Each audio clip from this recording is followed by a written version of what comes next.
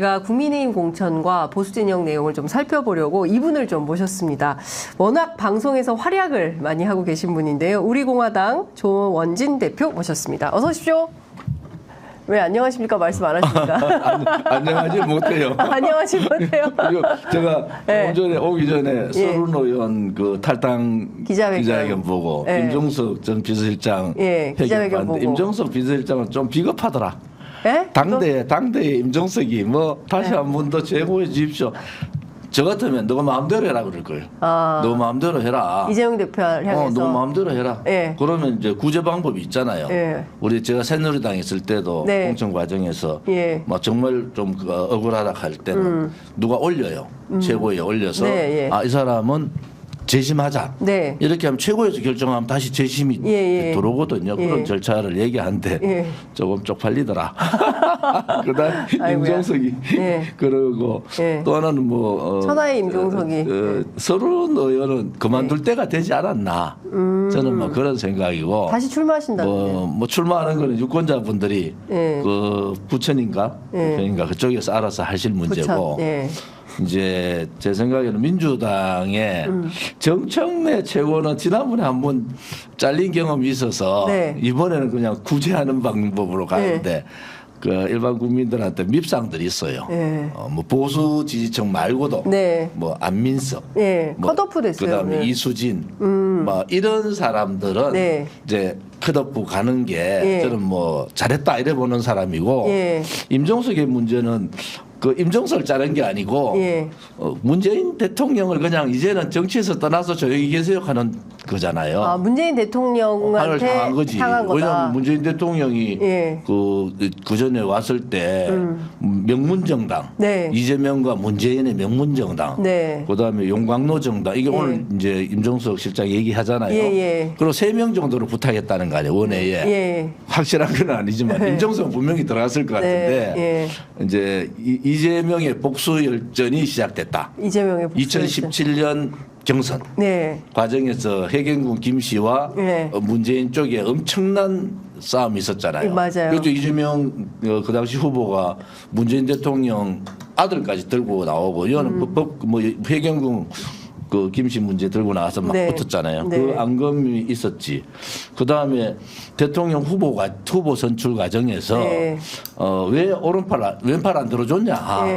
이재명을 확실하게 얘기해 줘야 되는 거 아니냐. 그에 대한 이제 임종석 실장이나 문 정권에 대한 이재명 대표의 엄청난 섭섭함. 또 하나는 뭐 얼마 전에 불체포 특구를 할 때 신문 쪽이 다 모여가지고 가결시켜 버렸잖아요. 그 31표. 그 31표에 대한 감정.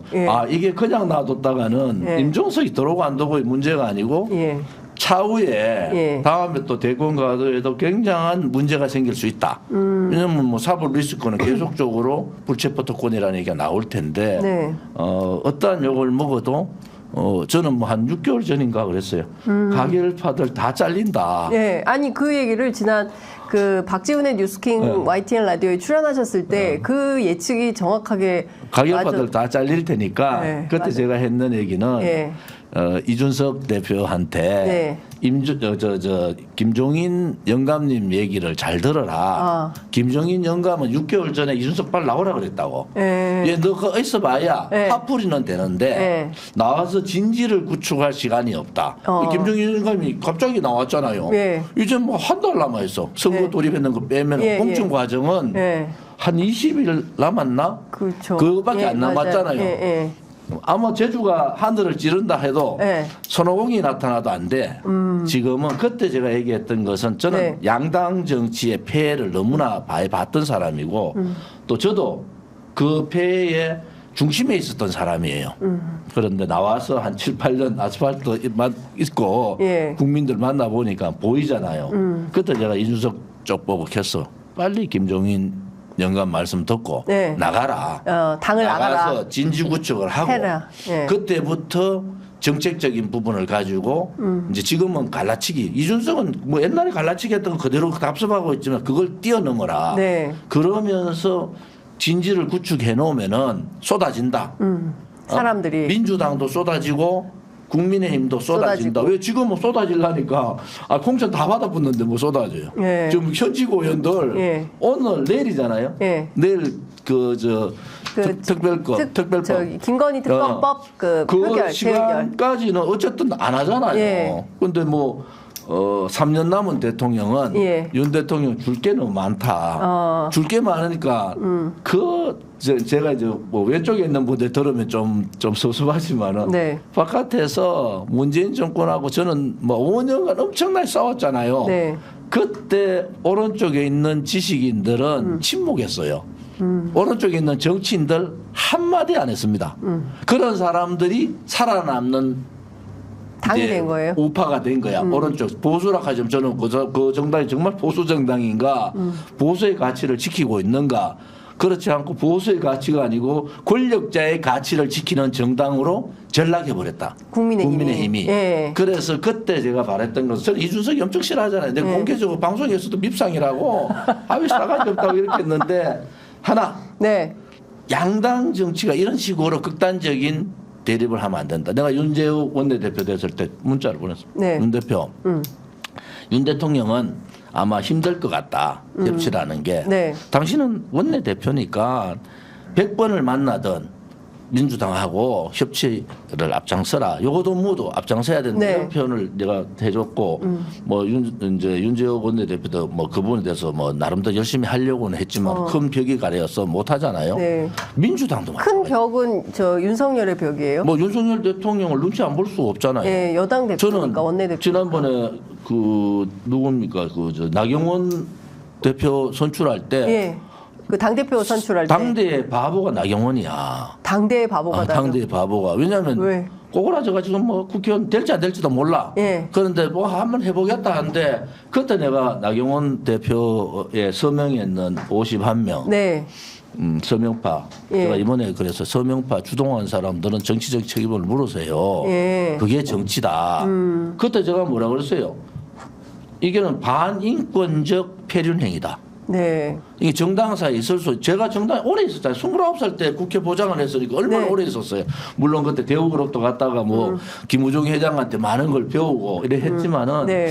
아니, 정치권에 제가 오래 옆에 있어 봤는데 이렇게 당대표 선거에 이 초선 의원들이 가장 개혁적인 초선 의원들이 반개혁적인 행위를 하는 것은 잘못된 거다. 네. 이렇게 공개적으로 했잖아요. 그리고 이번에 공천할 때도 여기에 대해서 물론 윤 대통령을 적극적으로 도와주는 사람도 있지만 여기 주동했던 사람들은 좀 책임을 묻는 게 그게 책임 정치다. 네. 이렇게 얘기를 했는데 결국은 거기에 서명한 사람들 대부분 다 살고 네. 지금 이제 공천 마무리 단계에 볼 때 현직 의원들 살잖아요. 그러니까요. CCTV에 돈 받는 장면 잡힌 그 선배님도 살더라고. 내가 그걸 깜짝 놀라서 좋은 질인가 저랬으면은 좌우가 공격을 하고 난리가 날 텐데 네. 돈을 받는 순간에 정치자금법 위반이에요. 근데 본인의 해명에 따르면 전달해 줬다. 전달해줘도 받는 뒷주머니에 넣는 순간에 정치자금법 위반이에요. 그거는 어차피 피가 대상이 한편으로 봐서 저거를 다음에 보궐선거를 만들려고 저러나 도저히 제 상식으로는 이해가 안 되잖아요. 그런데 부동산 문제 때문에 당에서 탈당. 저는 이제 지금 얘기하는 개인적으로 되게 친한 분들. 왜 저랑 국회의원 생활을 12년을 같이 했는데 그런데 공천이잖아요. 네. 그런 분을 경선을 붙여서 공천해서 경선 붙이면은 다 살아나온다. 제가 이미 선언했잖아요. 그러니까 김무성 대표가 얘기하는 오픈 프라이머리 다 거짓말이다. 이제 국민들이 알아야 되는 게 오픈 프라이머리 하자는 자들, 그들은 기득권 세력이에요. 왜? 현직 국회의원들 지새끼들 다 살려야 되잖아요. 그 쇼한 거지. 내가 나가겠어. 나 무소속 나가하다가 스르륵 접잖아요. 덩치값도 못하고. 왜 그렇게 스르륵 들어? 오픈 프라이머리 이제 해준다. 여러 가지로 그래 하겠다 얘기를 들었을 거야. 그런데 오픈 프라이머리 하니까요. 다 살잖아. 현직 의원이 지금 국민의힘이 어느 우파의 보수 국민들이 지금 현직 국회의원들 110명 보고 국민의 110명 보고 저것들 다 갈아야 된다고 얘기했지 언제 다 살리라고 얘기했어요. 저것들 인간들도 아니다. 다 갈아야 된다. 그중에서 물론 열심히 하는 사람이 있어. 정부 부서에가 솔직히 말하면 추경호 이런 사람들 전문적으로 열심히 하잖아요. 윤재욱 원내에서 막 열심히 했어. 예. 뭐 그런 사람 좋아. 예. 그렇지 않고 110명 중에서 저는 한 70명은 물갈이 해야 했어야 된다. 됐다. 그게 시대 교체. 예.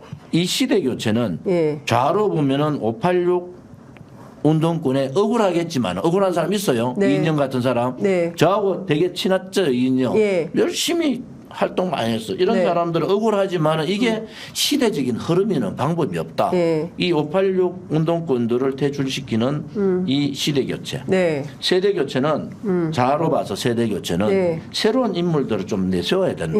예, 예. 너무 좌쪽이 경직돼 있잖아요. 그래서 좀 다양한 세력들을 많이 넣어야 된다. 이런 네. 게 좌고 우는 시대 교체는요. 이제 자기 가진 거 많고 자식들 생각하고 내려놓기 너무 많은 사람들은 네. 그게 3, 4, 5선이 많아요. 그 사람들은 이 시대 교체를 통해서 좀 뒤로 물러나라. 네.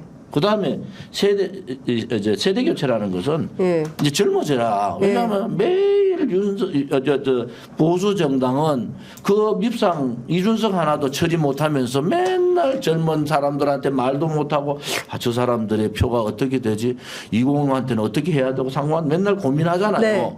판을 바꾸면 되잖아요. 판을 바꾸면 왜 우리가 2030, 40을 적극적으로 공천에 집어넣어 가지고 네. 그냥 이제 노희찬 전 의원은 뭐 불판 바꿀 수 예, 있는데 예, 예. 저는 판때기 바꾸자. 판때기를 바꿔야 판때기를 완전히 바꿔보자 하는 게 예. 제가 생각했던 시대 교체, 세대 교체 좌우에. 예, 좌우에. 그런데 둘 다 물 건너갔다. 하나는 좌는 이재명이 권력을 쥐고 살아남기 위해서 586 운동권과 야합한 겁니다. 586 지금 다 쫓겨나는 분위기 뭐 아니에요? 제가 그 586은 예. 반명 586 반명 586은 쫓겨나고. 반명 586은 왜냐하면 그 기질들이 있어서 놔두면 언제라도 또 치고 올라온다. 예. 결정적인 게 뭡니까? 예. 임종석 실장. 대표가 실장이 결정적으로 날아간 게 윤영찬 건이에요. 윤영찬 의원한테 뭐라 했어요? 저거 둘이 얘기했으면 저거 둘로 끝나야 되는데 여기 공개가 돼버서 예. 윤영찬 의원한테 나가지 말고 기다려라. 이 판이 뒤집어지면 우리가 다시 세력 잡는 거 아니냐 이 얘기를 들었을 때 정성호나 그런 친명들은 뭐라고 생각? 이것들 봐라. 도저히 안 되겠다. 여기서부터 정리하겠다고 생각한 거예요.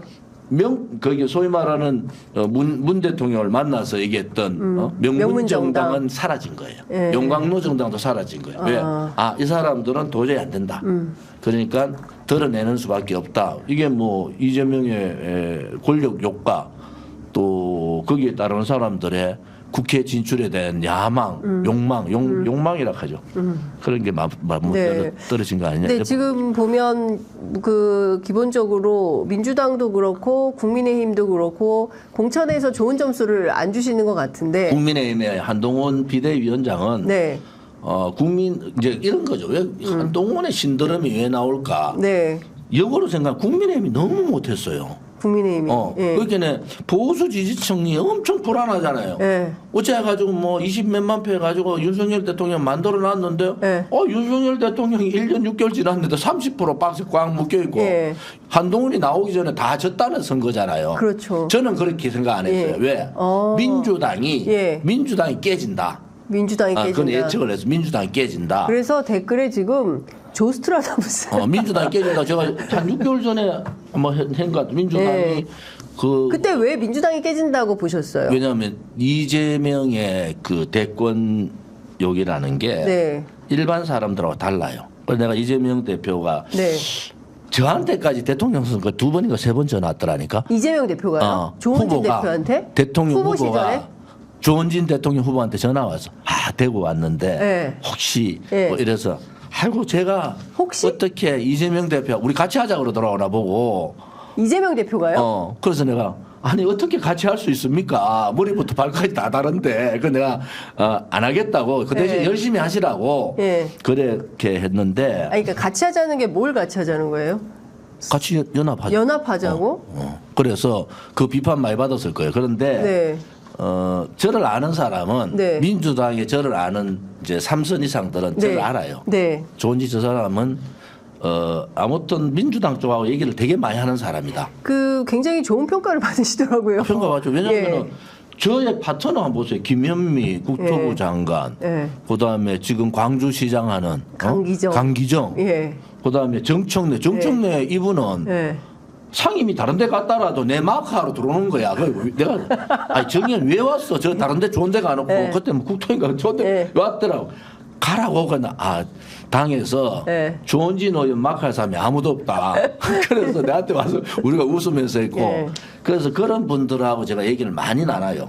그리고 그분들이 여당 때 그분들이 필요한 게 뭔가 또 뭐 정치를 한다는 것은 동료식이 있어야 돼. 지금같이 양당이 극단적인 것은 피해는 국민이 보는 겁니다. 맞습니다. 그런데 사람 모르는 사람도 나보고 하다 뭐 과음도 지르고 말이지. 특히 왼쪽 방송에서 화내는 장면만 찍어가지고 계속 보이고 이러니까 내가 되게 무서운 사람 같은데 다 물어보면 알아요. 아니 그러니까 그때 굉장히 평가가 좋으시더라고요. 강기정 의원 정무수석 할 때 강기정 의원이 그만두고 임할 때 기자들 불러서 얘기를 했대.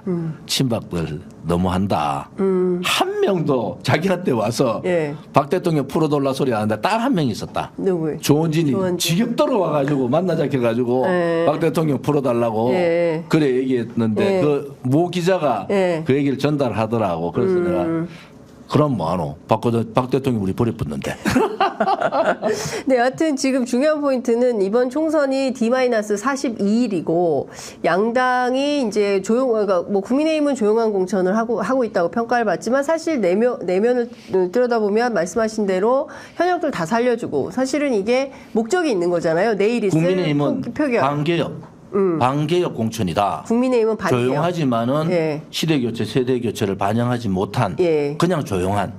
뭐 조용한 개혁이 얼마죠? 일 안 하면 요거도 물 필요 없는데 조용한 개혁이 얼마나 좋아요. 그리고 뭐 또 그 보수 정치인들의 용기 없음 이런 걸 적나라하게 보여주고 또 하나는 윤석열 대통령이 3년 남았는데 아이고 막 수긍하면 혹시 3년 동안에 뭐라도 좀 또 꿈이라도 주실란가 라는 그러한 기대 자기 이익에 대한 기대 그런 것이 복합된 거고 이재명의 민주당 제가 딱 이재명의 민주당 팔 때 이 반을 누가 줘? 이재명 대표가 했습니다. 민주당이 이재명이 아니고 이재명의 민주당이라고 처음에 일성으로 딱 하는 순간 저 사람 큰일 났다. 지금 민주당이 간단치 않은 내용이 아니고 이거는 뭐 폭풍이 분 거죠. 그래서 제가 그런 얘기했어요.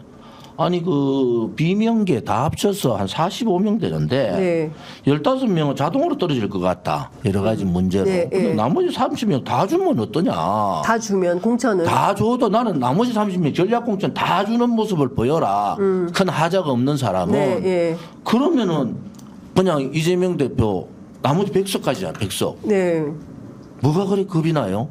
지금보다 개파 비율이 더 늘어나는 거고 하고 그다음에 대통령 후보군이 없는 상태에서 그러한 담대한 모습이 그것이 용광로다. 그래 했으면 어떻게 됐을까? 국민의힘이 엄청 어려운 선거. 왜? 조기에 여당은요 끌어요. 공천을 막 근데 야당은 조기 공천을 하잖아요. 조기 끝을 내는 이유가 전열 정비를 해야 될 게 너무 많으니까 그렇게 했으면 좋겠다 생각하는데 이재명 대표 내 말 안 듣더라고. 전화 좀 한번 하시지 그러셨어요. 전화가 올 때쯤 됐는데 올 때쯤 됐는데 안 오시대. 그렇구나. 그러면 이런 시스템으로 가면 지금 D-42일인데 대표님 보시기에는 어느 당이 유리한 선거가 될 걸로 전망하세요? 저는 뭐 이번에 양당이 국민들로부터 좀 비판받는 선거가 됐으면 좋겠다.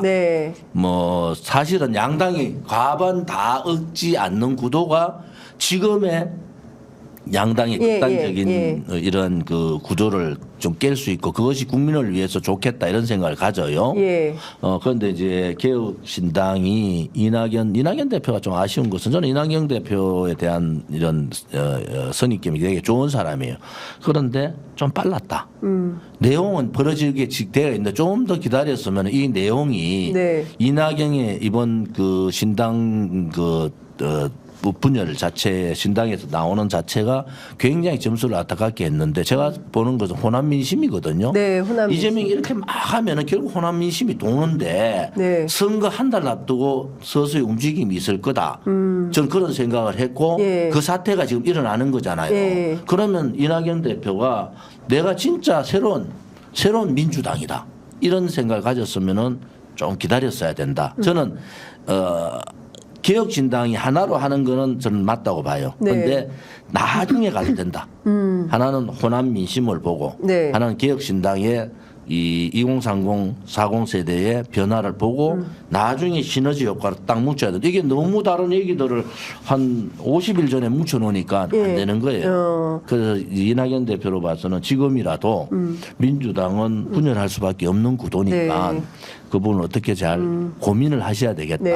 그런 생각을 지금 대통령실에 미래전략 비서관 했던 장성민 전 민주당 의원 있잖아요. 이분이 이제 예측하기로는 이런 구도면 국민의힘이 한 160석 할 수가 있다. 그리고 또 국민의힘 일각에서는 민주당이 100석 이하 가능성이 있다. 이런 전망이 나옵니다. 그래 사실 안 갑니다. 그래 안 가요? 그래 안 갑니다. 결국은요. 네. 135석 양당이 135. 그쯤으로 간다. 지금은 이제 무소속 나오는 무소속 연대나 개혁신당의 힘들이 많이 떨어지잖아요. 네. 그다음에 이제 비례대표도 뭐 지난번 17석, 18석 네. 비슷하게 갈 거예요. 네. 비슷하게. 근데 네. 이제 국민의힘은 네. 저끼리 다 해먹겠다. 예. 그런 좀 뭐라 그러니까 허황된 꿈을 꾸고 있고 네. 저끼리 다 해요. 내가 막 우리 다 해도 돼. 다 해먹는다. 야, 지지율도 올라가니까 네. 뭐 바깥에 고생했던 사람들, 아파서 아스팔트 투쟁했던 사람들, 정광훈 내가 그래 정광훈 목사 빼고 네. 허경영 빼고는 다 모아야 된다. 왜? 네. 국민의힘보다 일당백을 할 수 있는 정체성을 가지고 있는 사람들인데 그것도 싫은 거야 주기가. 그것도 아까워요? 싫어. 아깝지. 그거 다 예. 저끼리 해먹으려고 지금 작업하고 똘똘. 있잖아요. 예. 근데 결국은 이제 총선 이후의 구도. 저는 뭐 135석 비스무리하게 가는 거고. 네. 거기에서 비례대표가 이제 어느 정도 나눠지면은 과반 얻는 정당은 없다 이래 봐요. 민주당과 국민의힘 양당 봉이 과반은 못할 것이다. 결국은 대통령 지지율이 예. 반영이 됩니다. 대통령 지지율 반영됐다. 그리고 지금은 민주당이 공천 때문에 저러죠. 예. 이제 한 30일 남겨놓고 민주당이 예. 공천자 다 정해지면은 예. 화살을 딱 하나로 서는 거야. 예. 윤석열 정권 예. 퇴진, 예. 뭐 그다음에 책임론, 예. 뭐 한동훈은 어차피 갈 사람. 예. 제가 얘기하잖아요. 한동훈 비대위원장 잘해요. 하나, 당연히 여러 가지 공약을 하는데 그럼 누가 할 거냐? 윤석열 대통령이 다 해야 되는데 그럼 당에서 서포트 해야 되는데 누가 하노? 당신이 해야 되잖아. 예. 한동훈 비대위원장 해야 되는데 그 얘기를 안 해. 그렇죠. 왜? 나가야 되니까. 나가야 되니까. 권력의 속성을 네. 그게 윤 대통령의 성격을 한동훈 비대위원장만큼 더 잘하는 사람이 있습니까? 없죠. 잘합니다. 네. 각은 세울 수 있는데 네. 그것을 한동훈 비대위 체제로 해서 다음에 자기가 대권하는데 움직일 수 있는 사람은 있지만은 핵심 권력 그다음에 성격도 만만찮은 네. 대선배님 네. 30년간 옆에서 받는 대선배님의 뭐 한 25년 같이 받는 그거 너무 잘하는 게 한동훈 비대위잖아요. 네. 그럼 무조건 나가야지. 여기 있으면 안 된다. 네. 그럼 그 공약했던 여러 가지 봄 되면은 네. 목련이 피는 봄에 김포 서울 된다. 그다음에 뭐 여러 가지 공약들은 예. 누가 할 거냐? 한동훈을 믿고 있잖아요. 예. 많은 국민들 한동훈을 믿고 있고 그래서 책임 정치도 예. 한동훈 비대위원장이 그 부분까지도 예. 내가 말씀드린 공약까지도 제가 다 실천하겠다라는 그러한 그 자기 희생. 네. 한동훈 비대위원장은 내가 뭐 정권에서 탄압을 받았다 뭐 문제 이렇게 하지만은 국민을 위한 희생은 아니었어요. 네. 개인의 희생. 그렇게 개인의 입장에서는 좀 불이익을 받았지 몰라도 네. 국민을 위한 희생. 그냥 내가 국회의원 출마 안 하겠어. 국회의원 출마하면 바보죠. 내라도 한동훈 위원장 같은 국회의원 출마해서 국회의원 출마해서 무슨 의미가 있어요. 대권으로 바로 가붙는데. 네. 그러면은. 예. 진정으로 좌우를 떠나서 네. 국민을 위한 희생을 한동훈 위원장이 했는가? 지금부터 희생하라는 거예요. 네, 한동. 그럼 1번 한동훈의 희생 뭐가 나와야 됩니까? 윤석열 대통령하고 네. 이제 각을 만들어 가는데 각 세워라. 윤석열 대통령하고 다른 부분. 예. 윤 대통령 잘하는 부분이 있잖아요. 예. 잘하는 부분 말고 부족한 부분에 또 국민들한테 약속했던 것을 실천하는 것이 그 부족한 부분에 윤 대통령하고 약간의 거리를 두는 그런 상황으로 만들어라.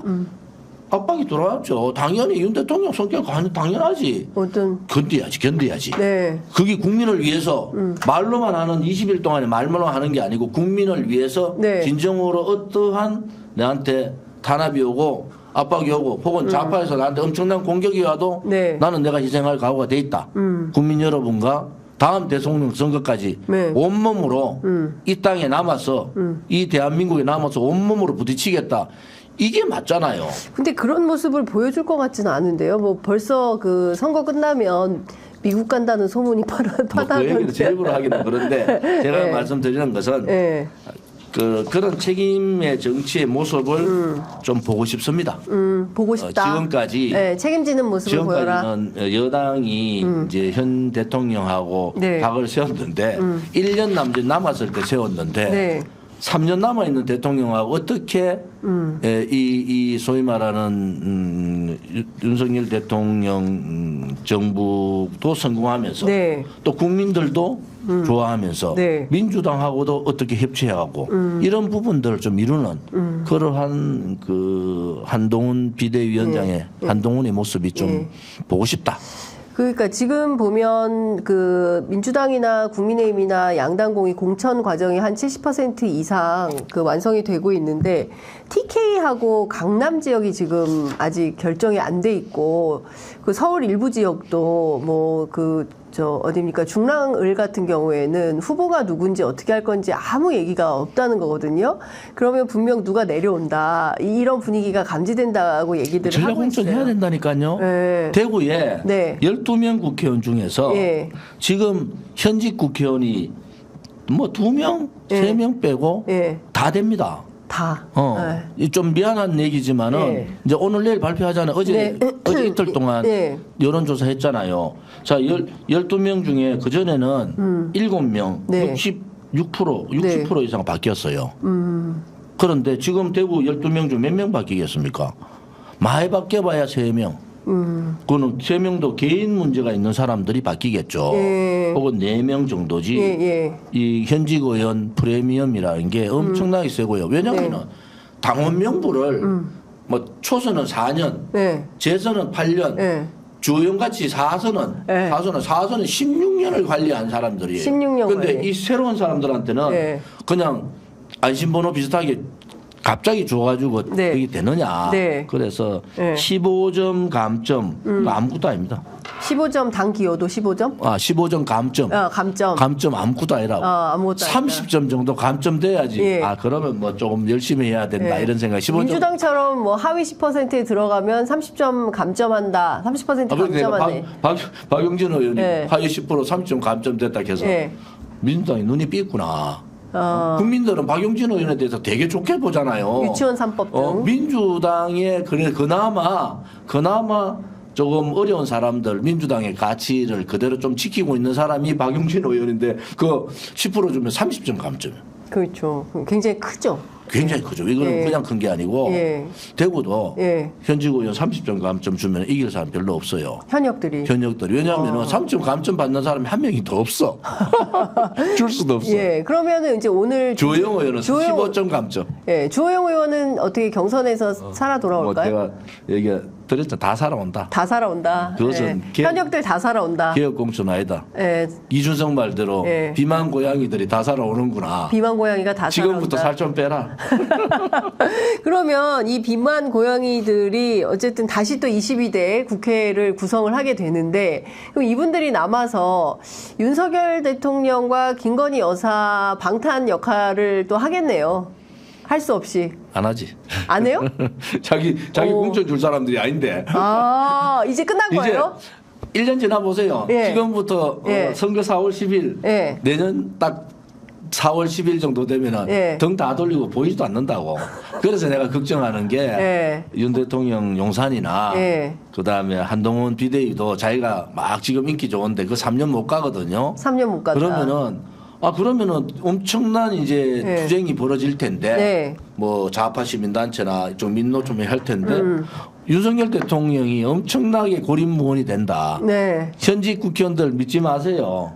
자기 공천 주지 않는 대통령 네. 말 안 듣습니다. 말 안 듣는다. 예, 지금은 공천 때문에 다 숨죽이고 있지만 그럼 1년간은 네. 표정 관리하고 1년 지난 다음부터는 전혀 다른 상황이 벌어져서 네. 그래서 우리 공화당하고 같이 가야 된다 했는데 뭐 말을 못 알아들으니까 방법이 예. 없지. 그러면 내년 봄 되면 그 대구에 공천 받은 사람들 전부 등 돌리고 아예 등 돌리는 게 아니고 활동을 안 하지. 가만히 있어야지. 가만히 있다가 네. 한동훈 같이 또 새로운 사람 나오면 그 줄 서면 돼요.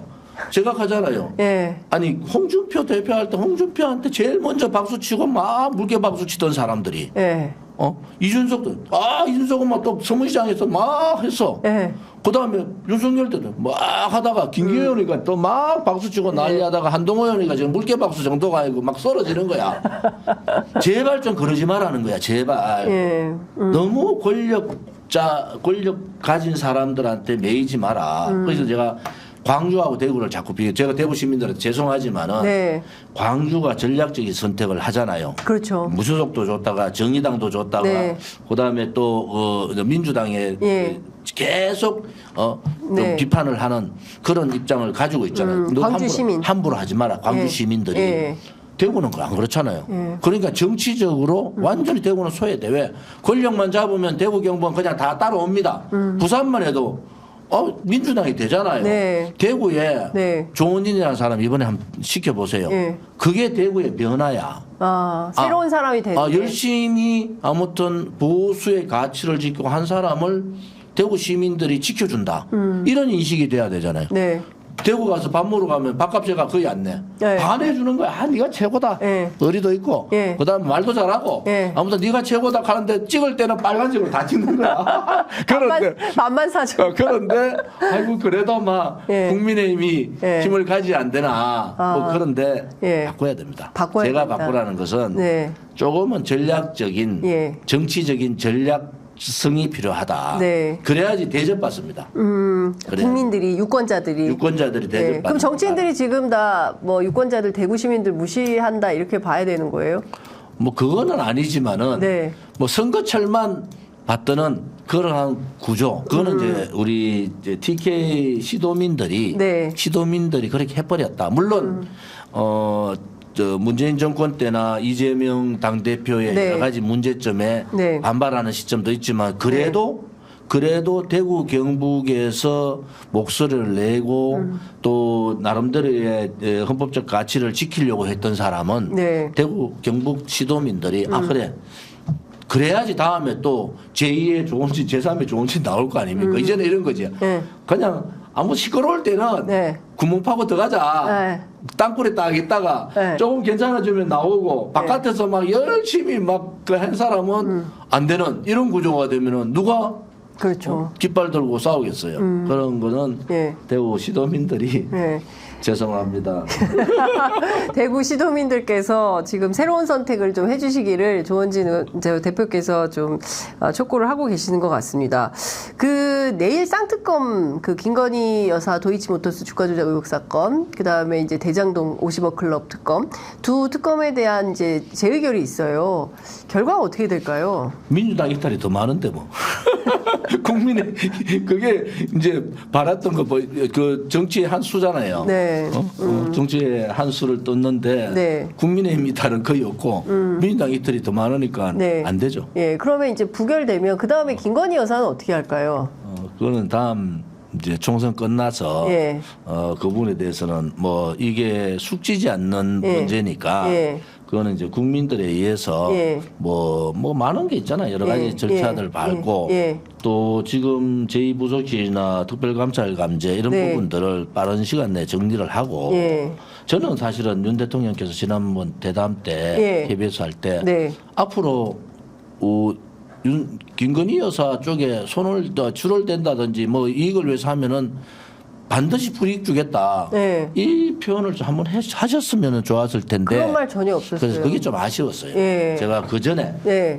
대담하기 전에 이제 얘기를 했거든요. 이렇게 좀 말씀을 해주시는 게 좋겠다. 아, 윤석열 대통령께. 대통령이 직접 아니, 예. 윤석열 대통령께 한 게 아니고 방송에서 아, 방송을 보신다니까 예. 방송에서 이렇게 해주시면 예. 좋겠다 했는데. 예. 아, 윤석열 대통령이 조원진 대표 방송을 챙겨 보신답니까? 뭐 아무튼 뭐 이래저래 보고도 하고 보신다 하는데 예. 윤 대통령이 보는 걸 모르겠고 윤 그러니까 대통령이 보시면은 네. 이 방송은 시청자가 많으니까 네. 꼭 보시면은 네. 이번에 공천에 네. 뭐 보수 대통합 부분에 대해서 좀 고민을 하셔라. 아, 윤 대통령 지켜줄 수 있는 사람 별로 없습니다. 제가 그 8년 전, 7년 전에 다 봤잖아요. 예. 제가 그때요. 최고위원 중에 그 당서열 3위라는 게 당대표, 네. 원내대표, 그다음 저였어요. 예. 탈당하고 나왔는데 제 지역에 제 상대가 없었다니까. 65% 6%의 지지율이 네. 있으니까. 그래서 제가 나오면서 뭐 이 사람 저 사람 나올 거다 생각했는데 안 나오는데 네. 그때 제가 느끼면 한 사람 한 사람 다 만났어요. 국회의원을. 오, 당시에 예. 한 명 한 명을. 예. 그때 그 국회의원들의 상황들을 제가 다 아는데 예. 윤석열 정부에 지금 지키고 있는 사람들이 잘 생각해야 된다. 예. 도와줄 사람 없습니다. 예. 그 김건희 여사와 관련해서 사실 저희도 이제 국민의힘 내부 취재해 보면 매우 곤란해하는 대목 중에 하나입니다. 그리고 명품백을 통해서 그 영상을 통해서 그리고 도이치모터스 주가 조작 의혹 사건 거기 재판을 통해서도 여러 가지 드러나는 이제 실체적 문제들이 있어서 이 문제를 넘지 않고서는 이게 참 어려울 거다. 선거에 상당히 악재가 될 거다라는 얘기가 있는데 지금 문제는 김건희 여사에 대한 여러 가지 얘기들을 많은 방송에서 했기 때문에 네. 다른 각도로 보면은 예, 다른 각도로 문 정권 네. 지금 정권 재창출을 못한 문재인 정권에 대한 비판이 있을 수밖에 없고 그것이 이번 총선의 공천에 민주당에 영향을 줍니다. 문 정권 때 못한 거 아니냐. 야합한 거다. 네. 저는 그런 입장을 가지고 있는 사람이고 야합? 충분히 네. 법적으로 할 수 있는 부분들을 안 한 부분이 있다 이래 보고요. 네. 또 민주당으로 봐서는 이슈의 변화가 너무 느리다. 이게 공천 전국 되기 전에 네. 김건희 여사에 대한 부분들은 네. 정리를 할 필요가 있어요. 네. 그러면은 예를 들어서 우리가 이번 총선을 보이콧 하더라도 예. 그렇게 목숨 걸면은 그렇게 예. 하겠다라든지 결의도 없고 예. 그냥 말로만 떠도 밖에서 시민단체들만 떠들지 민주당 의원들이 나와서 막 이래 하는 거 못 봤어요. 그래서 물론 하는 거 있지만은 네. 그런 부분에 있어서는 이슈가 넘어갔다. 그렇게 이 이슈를 또다시 일으키는 것은 민주당 지지자들만 듣기 좋은 목소리다. 예. 이제는 이 이슈를 없애라는 건 아니지만 네, 네. 이제 새로운 이슈를 등장시킬 때가 됐다. 예. 이렇게 보는 거죠. 그렇구나. 그러니까 지금 이것만 가지고 선거를 치르면 오히려 민주당이 굉장히 어려울 수 있다. 민주당만의 어떤 색깔 있는 정책이나 담론이 나와야 김경률 된다. 비대위가 민주당 국회의원 누구보다도 먼저 더 강하게 해버렸는데, 네. 마리 앙뚜아네트까지 얘기를 해버렸는데, 예. 그거는 이미 판이 끝난 버린 거예요. 그러면 민주당이 총선을 치를 때 또 이 이슈를 가지고 오염수 문제 이거 가지고 할지도 못 하잖아요. 네. 그러면은 어떤 새로운 이슈를 가지고 예. 할 예. 거냐라는 것이 저는 예. 좀 보고 있습니다. 예. 물론 그 책사들도 있고 하지만은 지금이 한 42일 남았으니까 네, 예. 공천 문제 빨리 정리를 해요. 민주당이. 빨리 정리하고 예. 한 달 정도는 예. 새로운 이슈, 기존 이슈 플러스 새로운 이슈의 폭이 예. 한 70%까지 높게 가야 된다. 네. 기존 듣던 얘기들은 예. 민주당 지지자들은 다 좋아하죠. 그런데 그 바깥에 사람들은 또 그 얘기하냐. 네. 너는 할 얘기가 없냐. 이런 예. 상황으로 올 수도 있다. 네. 그렇게 보는 예. 거죠. 의사 파업 문제 이것을 실질적으로 대통령이 해결하면서 지지율을 올릴 수 있는 방책이 될 거다. 그렇게 보십니까? 저는 네. 제 방송 모니터링 하는 사람들 딱 하더라고. 네. 정답을 찍었네. 네. 왜 이렇게 무리수를 두고 하느냐. 무리수. 그렇게 했을 때 윤 대통령이 보여줄 수 있는 게 뭐가 있을까? 이제 뭐 사법고시 DJ 그 인원을 늘리는 네. 얘기를 했잖아요. 제 친구들이 의사들이 되게 많아요. 예. 안타깝게도 예. 부글부글 끓더라고. 그런데 의사들도 자기 방어를 제대로 못했어요. 그러니까 지지가 75%가 이 의사 파업에 대해서 반대하잖아요. 그러니까 이 가족 환자를 있는 가족뿐만이 아니고 네. 어르신들이나 어린이들이 있는 집안에서 되게 불안하잖아요. 그렇죠. 이 불안감만큼 국민들을 흔들 수는 없어요. 그것을 저는 진정성 있게 윤석열 대통령이 나가기를 바라는데 의사 정원도 대학교에서 뭐 대학 그 의대 학생 정원을 부풀렸다는 거 아닙니까? 부풀립니다 원래. 왜 당장에 뭐 의대 정원 많이 주는가 싶어서 50명 필요한데 100명 필요하다 하고 막 많이 풀렸지. 네. 적당한 선이 있을 거예요. 그래서 더 이상 국민들 코로나 팬데믹 3년 때문에 죽다 사는 국민들 아닙니까? 그렇습니다. 그 생각만 하면요 막 화가 나는 거야. 또 이 국민들을 병원 문제, 의사 문제, 진료 문제 때문에 고민을 하게 만든다. 그때는 두려움에 떨다가 지금은 허탈함에 떠는 거예요. 이게 뭐지? 이제 3년 된 게 1년도 안 지났어요. 그렇죠. 팬데믹이 1년 지났나? 그래서 제자리로 빨리 좀 돌아오기를 바란다. 의사는 병원으로, 정책 위반자들은 합리적인 정원으로, 정원. 우리가 경상도가 정자하고 정자하고 구분이 잘 안 돼. 정원. 증원으로 돌아와라. 정리를 하는 게 좋겠다. 문재인 정부 때 400명 증원 얘기했었는데 그때 하여간 의사들이 반발해서 그게 결정이 못 됐어요. 1000명 선까지는 1000명. 그 학교가 수용할 수 있는 능력, 교수의 능력, 된다. 혹은 또 공대의 공대 지망생들의 의대로에 집중화도 좀 막을 수 있고 그 정도 하면은 양쪽이 이제 터놓고 얘기할 때가 됐다. 근데 지금 뭐 두 가지를 얘기를 하는 거예요. 공포 분위기를 조장한다. 검사 정권답게. 그러니까 첫 번째는 뭐 반발하면 의사 면허 뺏고 그 다음에 구속시킨다. 그리고 또 하나는 출국 금지해버리고 못 나가게 한다. 그 반발하면은 의사 면허 뺏고 구속시키는 그것은 법적 절차예요. 안 하면은 그게 또 걸려요. 그게 법적 절차로 돼 있다. 그래서 그런 문제가 막 이렇게 하기 전에 저는 충분히 이런 정리를 할 수 있다고 봐요. 그 정도는 의사들도 생각이 있죠. 지성인들이잖아요. 그러니까 의사들을 막 4억 10억 번다고 막 몰지 마라. 그렇게 의사들을 감정 건드릴 필요가 없어요. 그래서 조금은 이제 의사들하고 합리적 대안을 모색할 때가 됐다. 알겠습니다. 이제 할 만큼 했다. 양쪽 다. 그만큼 하고 국민들을 좀 살려주세요. 국민들 좀 살려주세요 하셨습니다. 최근에 윤석열 대통령이 그 부산도 가고 또 뭐 저 서산 비행장도 가고 막 돌아다니면서 이른바 이제 정책 발표, 민생 토론회 형식을 통해서 정책 발표를 하는데 민주당에서는 이걸 선심성 공약 발표다라고 비판을 하고 있습니다. 그 실제로 여의도의 117배 그 역대 최대로 군사보호 구역을 해제하겠다 이런 발표를 했습니다. 이 현실성 있는 대안입니다. 그린벨트잖아요. 그린벨트 해제도 있고 군사보호구역 혹은 그린벨트 저는 뭐 찬성하는 입장인데 두 가지예요.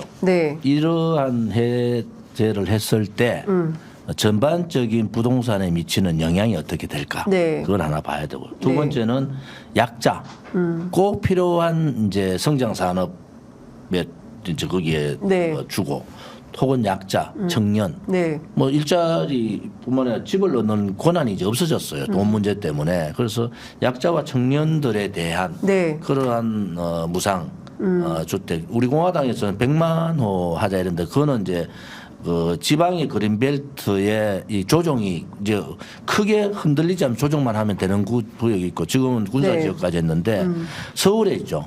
서울이 이제 경기도 분리시켜도 경기도가 1,400만이고 서울이 950이에요. 무슨 조치를 취하긴 취해야 돼요.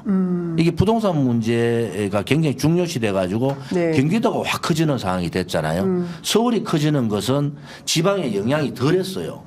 경기도가 커지는 것은 지방 산업들하고 같이 맞물리는 게 되게 많아서 엄청나게 지방은 어렵습니다. 이게 소위 충남 천안권 밑으로는. 그래서 그런 부분에 있어서는 대대적인 그 개편이 필요하다. 지역 개편이 필요하고 노무현 대통령 때 얘기했던 그러한 균형 발전론에 저는 노무현 대통령 굉장히 잘한 게 예. 공공기관 공기업을 요걸로부터 보냈잖아요. 네. 그때 사실은 부채꼴로 했어야 돼요.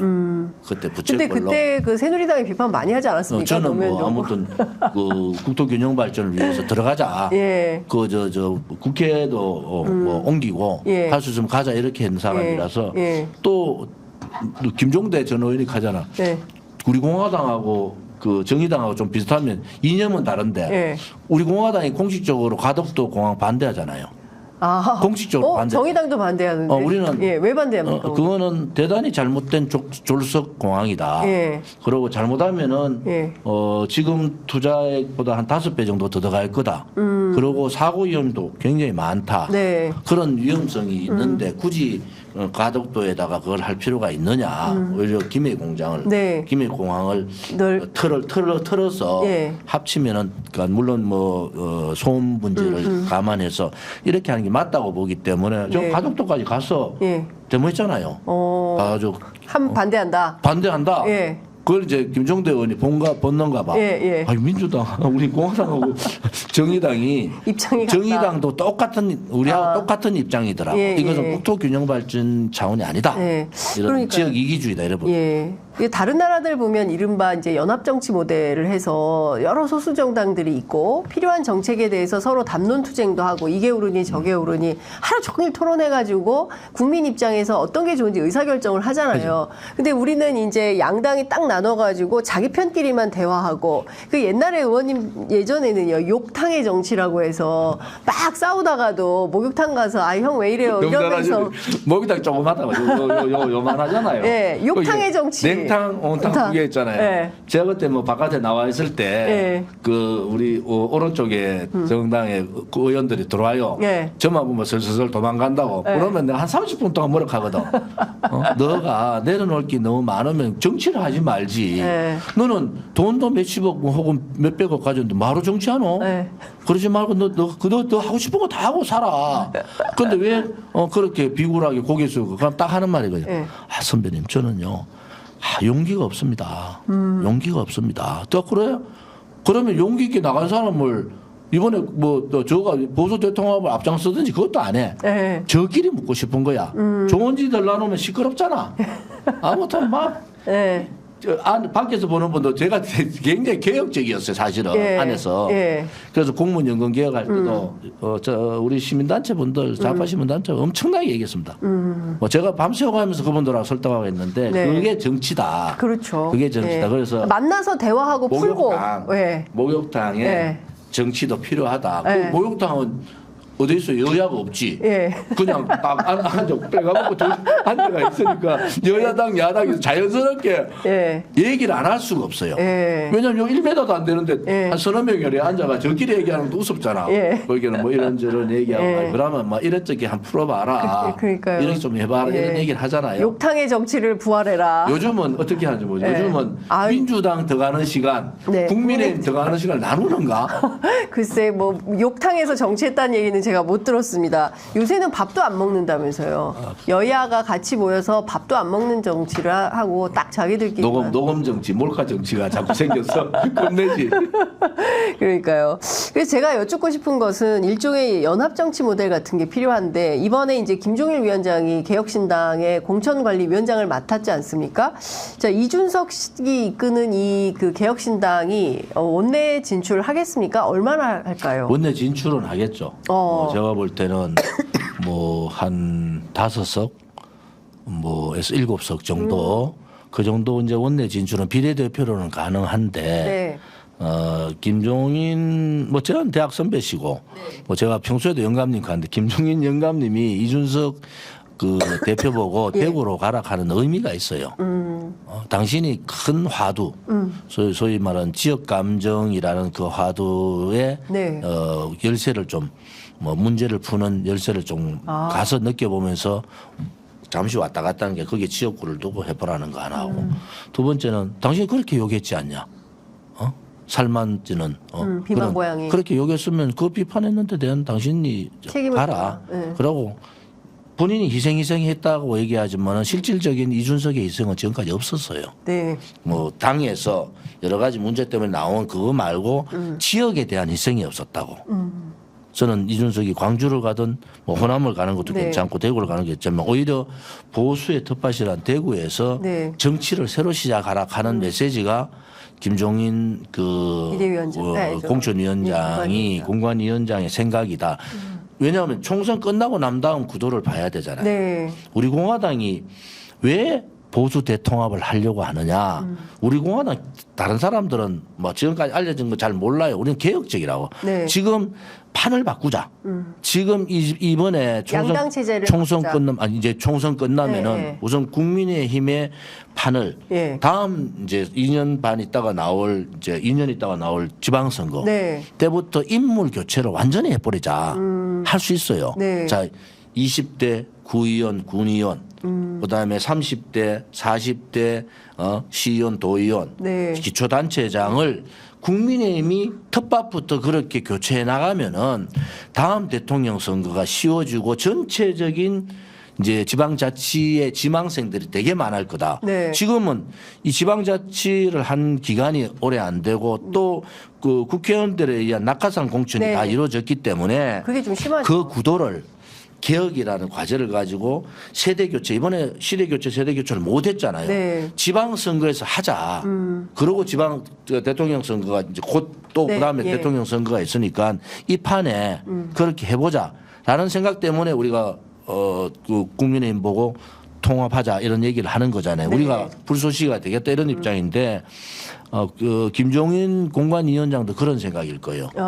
힘들지만은 거기에 틀을 잡아라. 네. 이번에 지역에 당신 비례대표 나가지 않고 서울에 나가겠다 하는데 네. 뭐 IT 벨트인가 네, 예, 예. 뭐 이렇게 용인, 예. 한다는데 그보다는 오히려 그 대구를 가서 대구의 많은 청년들 대구 경북부터 TK부터 좀 변화를 일으켜야 되는데 네. 그 청년들이 괜찮은 청년들 되게 많아요.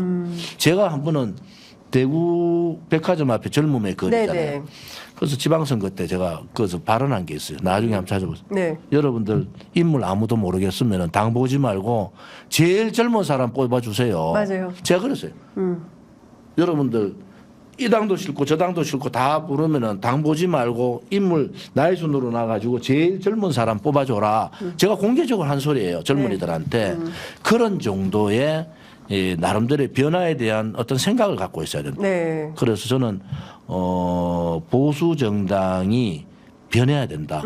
비굴하게, 네. 굴종하게 변하지 말고 권력 따라가서 권력이 그게 아니고 네. 국민들 시민들을 위해서 동료 시민들을 위해서 그래서 그런 새로운 변화, 지방자치부터 바꿔보자. 네. 그래서 이번 총선에 우리 공화당이 대통합을 네, 하고자 제안을. 하는 거예요. 왜냐하면 근데 국민의힘에서 지금 안 받았죠. 뭐 할 얘기 다 했어요. 네, 할 아직도 뭐 답은 여러 없어요. 가지 이제 뭐 이런저런 얘기는 오가는데 기다리고 있습니다. 네. 그런데 우리는 만약 안 되면은 월요일 날 저희들이 후원 선거자금 후원 방송을 했잖아요. 1차. 네, 예. 1차 해서 한 3억 3천만 원 정도 1차로 했고 예. 우리가 최소한도로 이제 비례대표나 몇 개 지역에 대한 출마를 네. 하겠다. 네. 이런 생각을 갖고 있고 만약에 합당이 안 되고 안 되면은 뭐 우리 공화당 독자적으로 가겠다. 네. 뭐 정의당도 국회의원 한석인데 20년 걸렸다 하더라고. 그렇죠. 우리는 그래까지는 안 걸릴 것 같아요. 정의당보다는 빠를 것 같다. 그 대구에서 이준석 대표가 도전을 하면 성공하겠습니까? 이준석 대표의 지금 프로테이저는 안 되죠. 예. 그런데 대구도 네. 대구도 현직 의원들이 잘린 지역이 있어요. 네. 당연히 무소속 나오죠. 표가 다 갈라진다고. 갈라진다. 그래서 예. 대구의 변화도 예. 뭐 한 번 던져서 안 깨지면 두 번 던지면 되잖아요. 예. 그러기에 말로 하는 정치는 이준석의 시대는 끝났다. 이제 이준석의 말에 지겨운 사람들이 너무 많아요. 이제 답을 다 알아. 이준석은 무슨 말할 건지 답을 아니까 그것은 정치인으로서 예. 굉장히 안타깝다. 예. 근데 이제는 행동할 때다. 행동하는 이준석의 모습을 좀 보여줄 선거에서 네. 내가 지더라도 천하람도 그렇고 다 네. 내가 밟자. 네. 뭐 이래가지고 천하람도 대구 가야 돼요? 저기 대구는 순천 뭐 순천 아니고? 간다니까 오히려 네. 더 어려운 대로. 이준석 대표로 봐서 대구가 더 어려운 데지. 예. 대구가 더 험지지. 대구가 더 험지다. 그래도 네. 지더라도 대구에서 져라. 그게 명분이 되잖아요. 예, 그래야 보수 정치의 새싹을 틔울 수가 있다. 다음 지방선거도 봐야 되고. 예. 이준석 대표가 뭐 전화기 같으면 제가 그래 얘기 못 하겠어요. 예. 근데 이준석 대표 아직 젊으니까 기회가 많다. 예. 그런 도전이 필요하다라는 말씀 주신 걸로 이해하도록 하겠습니다. 그러면 보수도 그렇고 진보도 그렇고 우리 사회는 양날개로 좀 날아야 되는데 너무 극단의 정치가 횡행하고 있잖아요. 민주당하고도 자주 소통하시니까 민주당 정치인들하고도 대한민국이 이번 총선을 통해서 좀 어떤 사회로 가야 됩니까? 왜냐하면 길거리에 가다가 테러 당하는 나라가 됐어요. 정치인들이 지금은 돌로 얻어맞고 양날개로 간다는 양날개로는 안 맞습니다. 예, 극단적인 양날개이기 때문에 힘들어요. 그런데 중심을 잡아주는 균형 날개가 있잖아요. 비행기를 보면은 균형 날개가 있잖아요. 중심 잡아주는 그 날개가 필요할 때다. 어차피 지역구도 그다음에 이런 부분 때문에 이념적인 때문에 양쪽으로 나눠질 수는 밖에 없지만은 비행기의 중심을 잡는 중심 날개, 그 균형 날개가 항상 있잖아요. 그 균형의 역할을 할 수 있는 사람들의 원내 진입도 필요하다. 그것이 양당 정치의 극단적인 양당 정치를 바꿀 수 있다고 보는 거예요. 왜냐하면 저는 정의당에 기대를 많이 했었는데 스스로 무너져 버렸어요. 스스로. 그래서 정의당이 좀 더 좌측으로는 정의당이 좀 이렇게 자리를 잡아가고 오른쪽에는 우리 공화당이 자리를 잡아가면서 양날개의 균형을 지는 균형 날개들이 필요하면요. 정의당도 좀 실패했던 게 그거예요. 우리 공화당 한 7, 8년 바깥에 투쟁해 보니까 인물들이 갖춰졌어요. 젊은 사람들도. 굉장히 개혁적으로 들어갈 겁니다. 내려놓을 거 뭐 국회의원에 있고 뭐 이런 거 다 우리가 200명 줄을 잡혔잖아요. 국회의원. 그런 식으로 가면은 몇 명이 안 들어가더라도 양쪽에 엄청난 데미지를 입힐 거다. 그것은 양쪽이 못 싸우게 하는 것도 있지만은 한편으로 봐서 개혁적인 입법부를 만드는 그러한 과정도 필요하다. 그래서 왼쪽에 정의당, 오른쪽에 우리 공화당이 중심 날개를 잡을 수 있도록 관심을 가져주셔야 됩니다. 네, 알겠습니다. 저희가 오늘 보수 진영의 정치 구도는 어떻게 돌아가는지, 그리고 또 국민의힘 공천 상황 어떻게 보시는지, 또 이후에 윤석열 정부의 비전은 어떻게 보시는지 이런 등등을 여쭤보려고 조원진 대표 모셨고요. 1시간 정도 진행했는데 어떠셨습니까? 저는 재밌게 잘 들었습니다. 저도 뭐 할 얘기 다 했습니다. 끝으로 꼭 하시고 싶으신 말씀 한 말씀 듣고 마무리하겠습니다. 방금 말씀드린 대로 이제 전국을 양쪽 날개로 가는 전국은 아니겠다. 방향을 잡아주고 균형을 잡아주는 균형 날개의 역할을 하는 정당들이 좀 필요할 때입니다. 그래서 양당의 극단적인 정치가 아니라 협치하고 국민들을 생각하는 그러한 정치로 이번 총선을 통해서 다시 되돌아오기를 간절히 바랍니다. 네, 서로 대화하고 협력하고 하면 뭐 이 작은 나라에서 안 될 일이 없다고 생각합니다. 그러니까 좀 서로 잘 소통하는 그런 방송이 되도록 저희도 적극적으로 노력을 하겠습니다. 오늘 말씀 잘 들었습니다. 감사합니다.